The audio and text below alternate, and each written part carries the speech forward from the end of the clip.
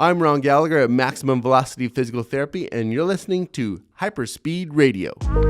You don't have to live in pain, whether you're running, swimming, playing a team sport, or just everyday fitness. We bridge a gap between medicine and strength and conditioning to help you break through at MVPT. Hello! Welcome to episode 10, HYPERSPEED Radio.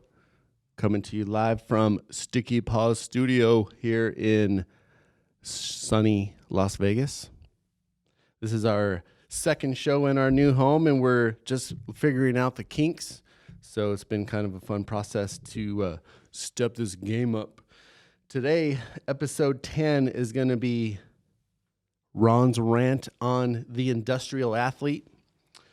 The industrial athlete is something that I've been really thinking about over these last few years. Very, very common thought process that happens to some of our blue-collar guys. They typically guys, although women are getting into this more and more, and I think it has to do with the way our society is going these days and how maybe a college education isn't the best way to go like it was when I was a teenager. So they're getting plumber jobs and AC jobs, and I think that's super cool. But I want to talk about how important the blue-collar guys are because they're building homes, they're fixing toilets, they're fixing AC, and I know in 120-degree temperature here in Las Vegas, your AC guy is kind of an important dude. And the lifestyle and the culture of these blue-collar guys doesn't necessarily promote a really long career. You know, we look at 40, 50-year-old blue-collar guys, and they're trying to get supervisor jobs because their body's broken. And if you know a blue-collar guy, maybe your dad, maybe your uncle, maybe your husband, this is the message I'm dying for them to hear as early in their career as they possibly can. I recently just had the opportunity to speak at the biggest AC company in Las Vegas. Many, many, many employees in this beehive of a place, a super cool operation, how they scaled up and can take care of tons and tons of AC people, and they're doing really hard stuff. They're lifting heavy objects and stooping. They're doing tons of walking and kneeling. And I want to talk about this quote-unquote patient, Jimmy. Jimmy shows up, probably mid-40s. I've seen this guy literally thousands of times, and this is the reason why I wanted to have this rant. Jimmy, I've seen Jimmy 1,000 times. Jimmy goes hard from Monday to Friday with heavy equipment operation, plumber, digging ditches, moving heavy-ass toilets, whatever, water heaters upstairs. These guys are working really, really hard. They show up with a history of shoulder pain, back pain, knee pain in just about all of them. And if they understood a couple of key concepts, I think they would be able to really invest in their bodies and have longer, more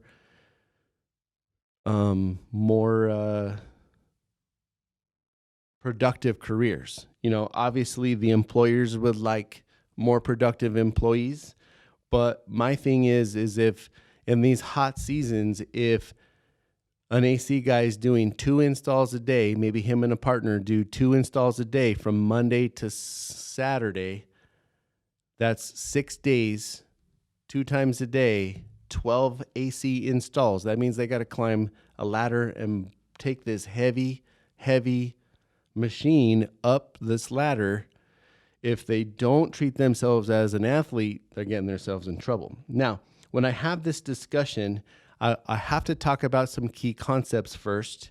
And if you can stay with me per topic, they're all going to come together at the end. So the first thing I want to talk about is in a traditional clinic, the way these guys, or any patients for that matter, get treated is they oftentimes don't want to come to physical therapy because they get chemical intervention for mechanical problems. Mechanical problems to me mean something is stiff, something is weak, and it's not able to perform, it's not prepared for the load that they are asking. Chemical means would be ice, heat, electricity, ultrasound, dry needles, red lasers, all these cool fancy gadgets. They don't help. I'm telling you right now, as a person who worked in a traditional clinic for 10 years, they don't help. It's as good as placebo, is what a gigantic body of evidence shows us. So I would treat these problems mechanically. And if the industrial athlete starts out with a mechanical approach, they're already in a better headspace.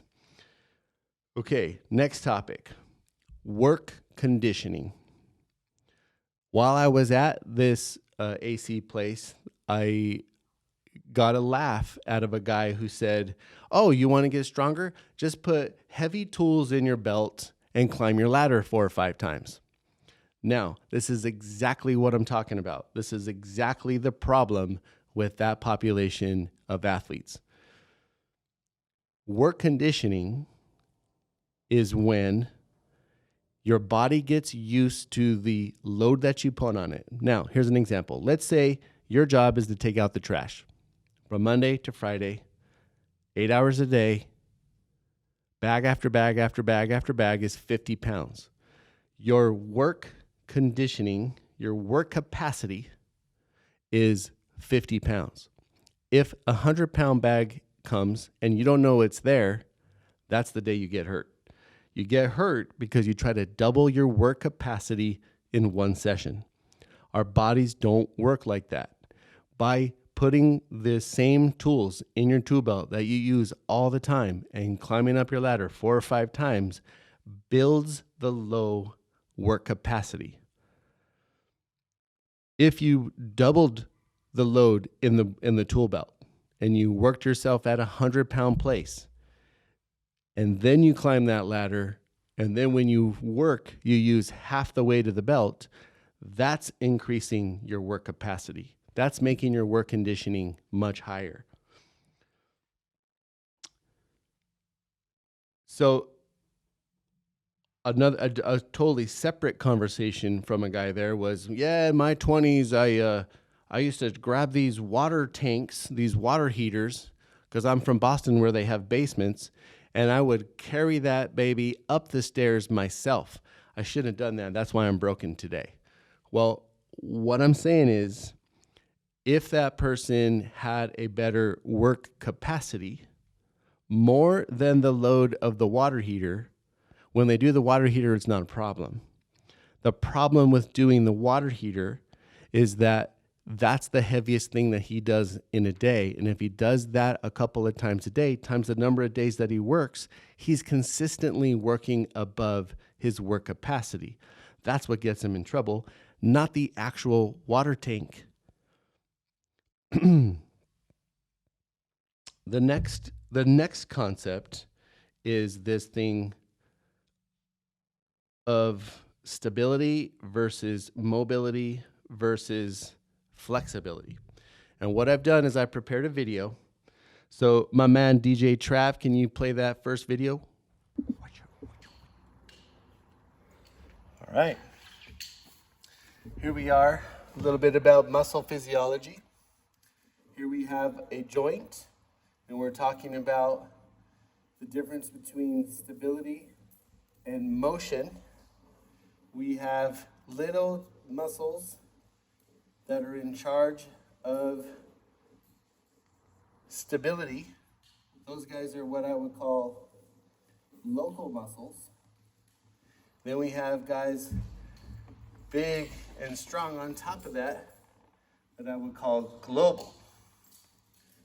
Local muscles are in charge of controlling the movement between the two bones, while global makes the whole system move through gross motor movement, so big patterns of motion.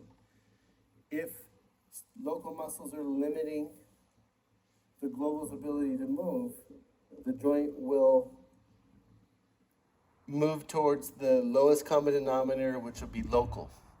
If we're talking about mobility versus flexibility, that's when the movement of the bones is mobility, and flexibility is the ease in which the joint moves.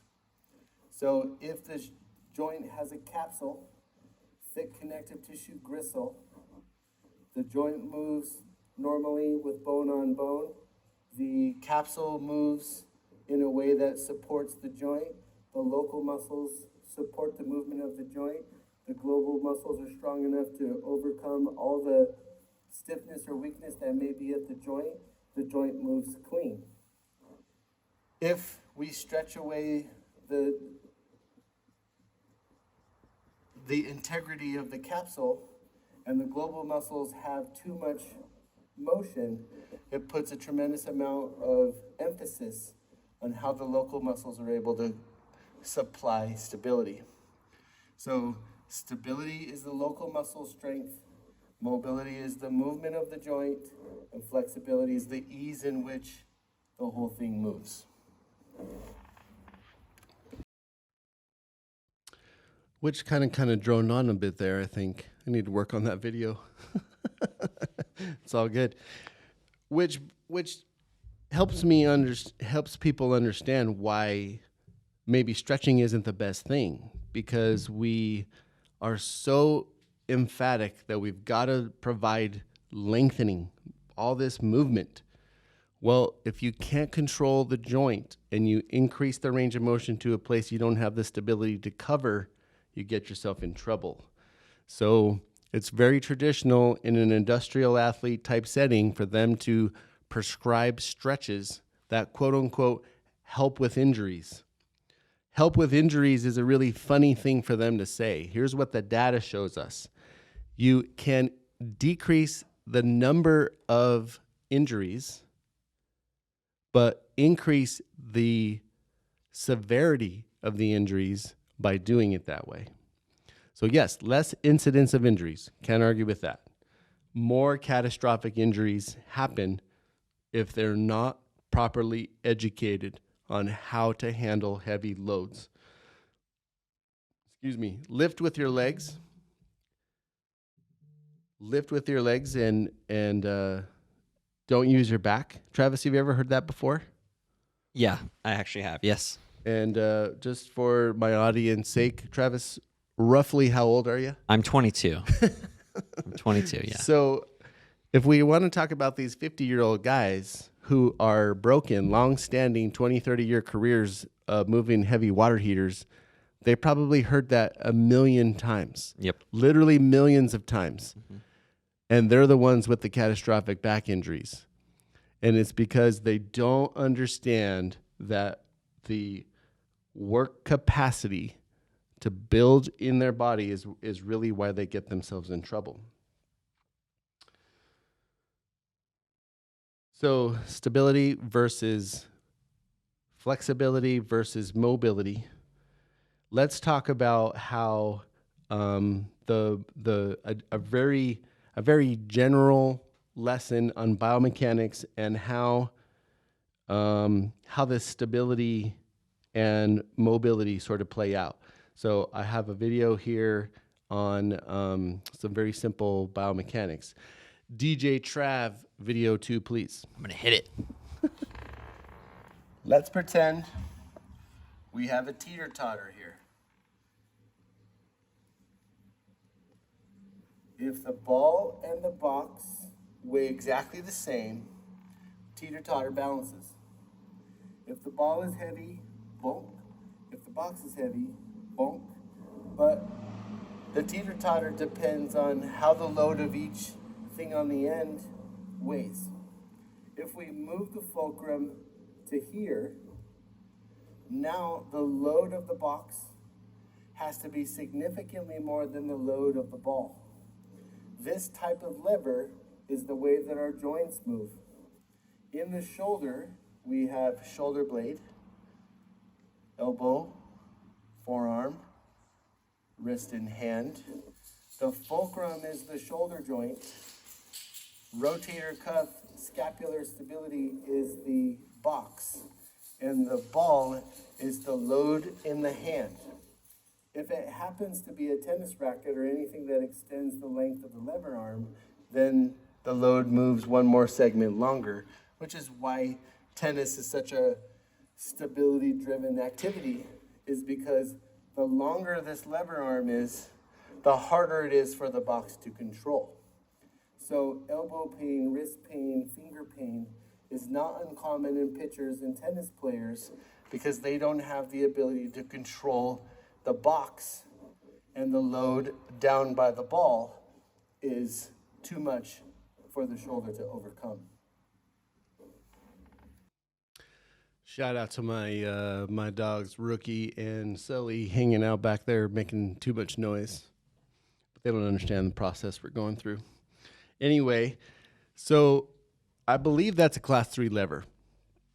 And our shoulder and our hip both move exactly that way. Our stability muscles are close to the midline on our shoulder blade, on our pelvis, and they control the length of that lever arm.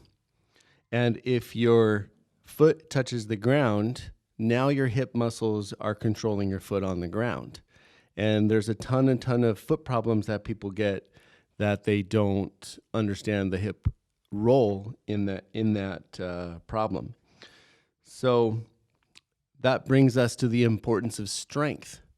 Strength is the number one most important thing in these industrial athletes. Routinely looking for an increase in work capacity by leaving a heavy ass job to go move heavy ass things off the ground is super important to the integrity of the connective tissue, the size of the muscles, and the muscle's ability to generate force. So that when that water heater comes, you have A, the ability to move it because you typically move heavier things, and then B, have the confidence that I can put myself in an awkward position and do something challenging. So the definition of strength is the maximum amount of load through the maximum amount of range of motion. So that means it's got to be heavy. When I have somebody in for back pain, I want them to be able to deadlift 20% more than their body weight as soon as possible. If they have knee pain, then I want them to squat their body weight as soon as possible. If they have shoulder pain, I want them to be able to push press around 70% of their body weight as soon as possible.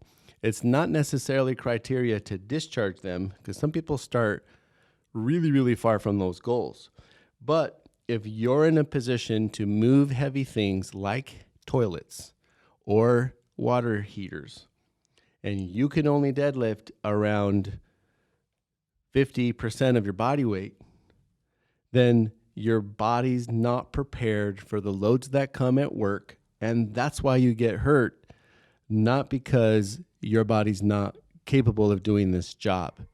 The way that you train it has to be like an athlete. If it was up to me, especially for somebody like AC guys or gals, I would periodize a year. So periodization is a term that coaches use to describe how the whole calendar year would work to set this person up for their best effort in a race. So I would periodize a year where we finish with a heavy summer, right? There's no way around it. Summer's in Vegas. Suck. It's hot. These guys are working super hard, moving tons and tons of heavy things, plus it's hot. So as soon as the summer is over, we go into off season. Off season is when we clean up any injuries, we clean up any movement problems, and we begin to load. Into preseason, well, I want the loads to be the heaviest. I want them to be way more than those basic human norms. I want them to be super heavy. When I talk about deadlift, here's the importance of deadlift in my opinion. Let's say the Los Angeles Lakers call me up and say, we have two athletes. On paper, they're exactly the same, but we don't know which one we want to sign. Well, I can't measure them. I can't test them if they're in LA and I'm here. One thing I can do is say, send me a video of them deadlifting. I want to see the quality of motion. I want to see their biomechanics as they move this load. Let's say athlete A can move twice their body weight with perfect form, and athlete B can't move 50% of their load with crappy form. Well, definitely, without question, athlete A gets the contract. It essentially means he's stress proof. His body is hardened, and his connective tissue properties will be much more adequate for the vigors of an NBA season. So in my mind, it's the indicator of stress resistance.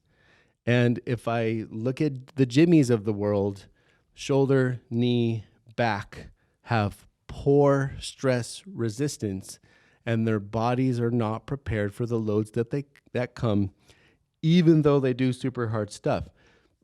And typically these dudes are like super strong, but they're always a little bit above their pay grade. And if they were routinely going to the gym looking for some work capacity, they would be able to work much longer, get injured less catastrophic injuries. I mean, we can't control for the second rung to the bottom on the ladder giving way and you fall 2 feet, twist your ankle. Can't control for that.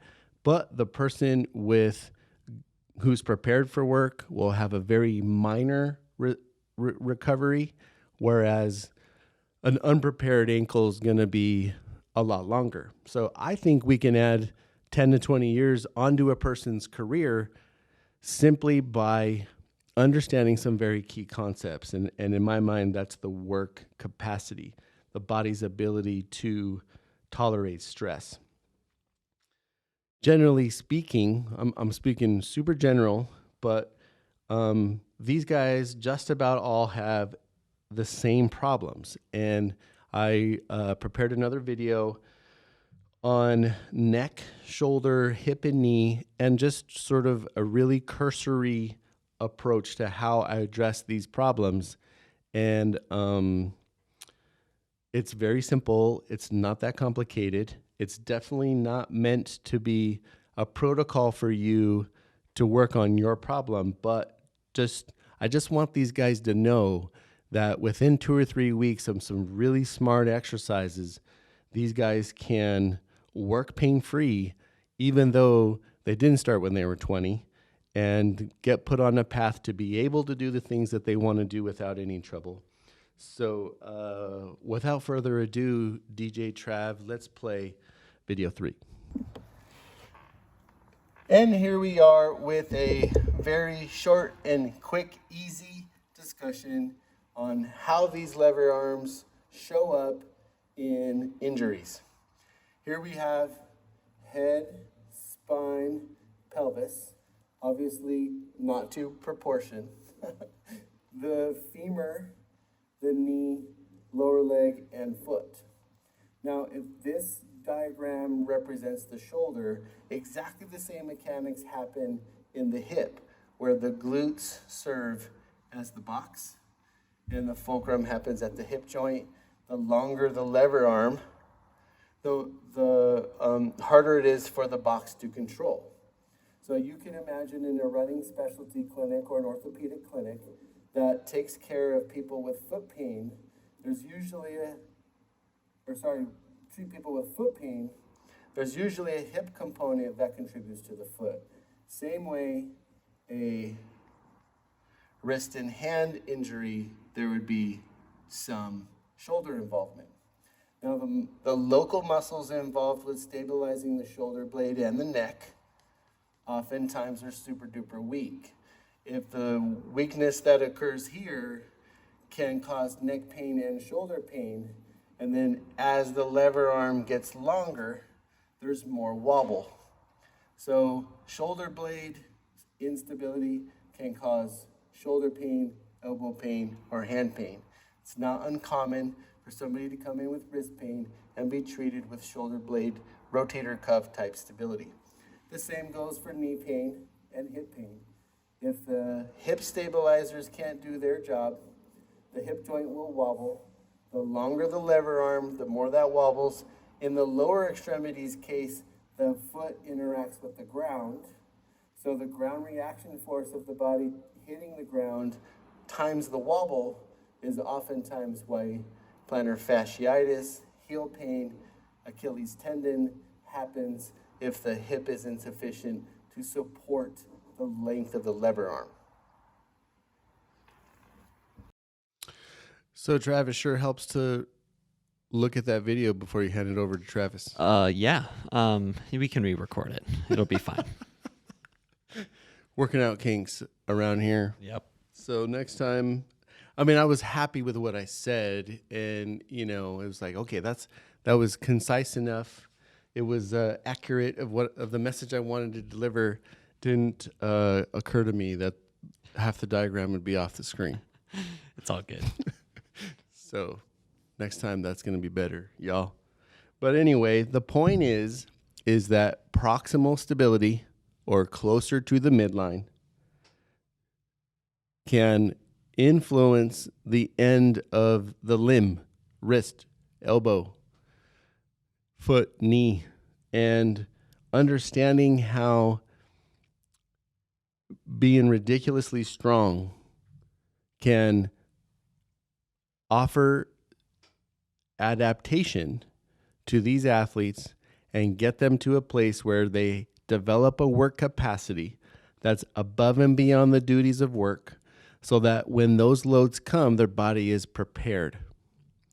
And what I think would be ideal, what I think would be a dream scenario, would be to post up a rig and a platform and some weights, and devise an exercise program that puts these guys in a position for them to be able to do their job and treat them like an athlete. I mean, half of these guys are former athletes anyway. They played football in high school. Well, they went to summer conditioning and they lifted weights in the summer and they got themselves prepared for the season. And then when the season came, they occasionally did some maintenance work in the weight room to make sure that they can perform at their optimum. And then for whatever reason, we just think, I don't have to do that anymore because I'm not playing football. Well, the vigors of the load that they put on themselves in their profession is the same exact in my mind, which is why I call them industrial athletes. And if they were able to get off of work and go spend half an hour to an hour underneath a heavy barbell and move with really great form and move some really heavy loads, they would develop the work capacity to move past their activities at work. And when that happens, their body will be prepared and their confidence will be sky high. So if I had Jimmy here, Jimmy can still make changes, even though he's 40 or 50, that will add time onto his career. We can get him out of pain. It's usually 2 to 4 weeks. It's not usually that much time. If he's had back pain for 20 years, it's foreign to him to believe that his back pain can be gone that far. But it does, because they haven't worked on the principles that make them do better. And in a traditional clinic, they're treating them chemically, and they're not treating them mechanically to make their work capacity higher. Jimmy in his 20s, who has a fresh start, if they can make these changes early and they can build this into their career, they'll be happier, less injured, more productive, and honestly make more money over the time of their career, because they're going to have the body that can rise to the occasion. So in conclusion, if you're the industrial athlete, let's get on an exercise program. If you know an industrial athlete who is having some difficulties, let's get them onto a program that changes all that. And at the end of the day, strength is the number one predictor of how they're going to do at work. And I usually finish up my podcast with with something about music. And what I wanted to talk about was the lineup at Life is Beautiful. And I'm wondering, is that something you do? I've never really gone to Life is Beautiful or any like EDC or anything like that, but I enjoy like that music. Yeah. You never been to a festival? I've never been to a festival. That's Oh, great. man. I'm missing out. You got to do that. I'm doing it. I'm doing it soon when it comes back. Yeah. So Life is Beautiful is happening, and not super stoked about the lineup. But the thing that I've been thinking about last Life is Beautiful is I stood at the mouth of this whole venue where there was lights and video and the music, and it's not necessarily my music.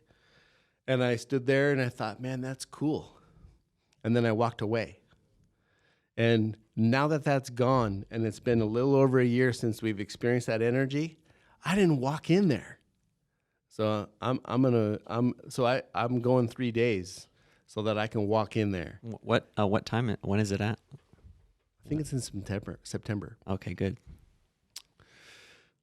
But I didn't get the full experience. Thinking, I go to 2 or 3 festivals a year. I go to tons of concerts.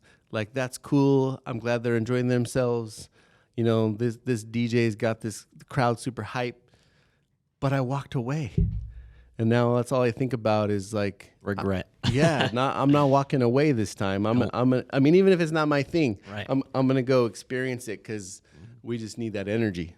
Positive vibes. Vibes all the way. So, episode 10, Hyperspeed Radio, the industrial athlete. And that's Ron's Rant. Thanks a lot. I'll see you next time. Have a great day.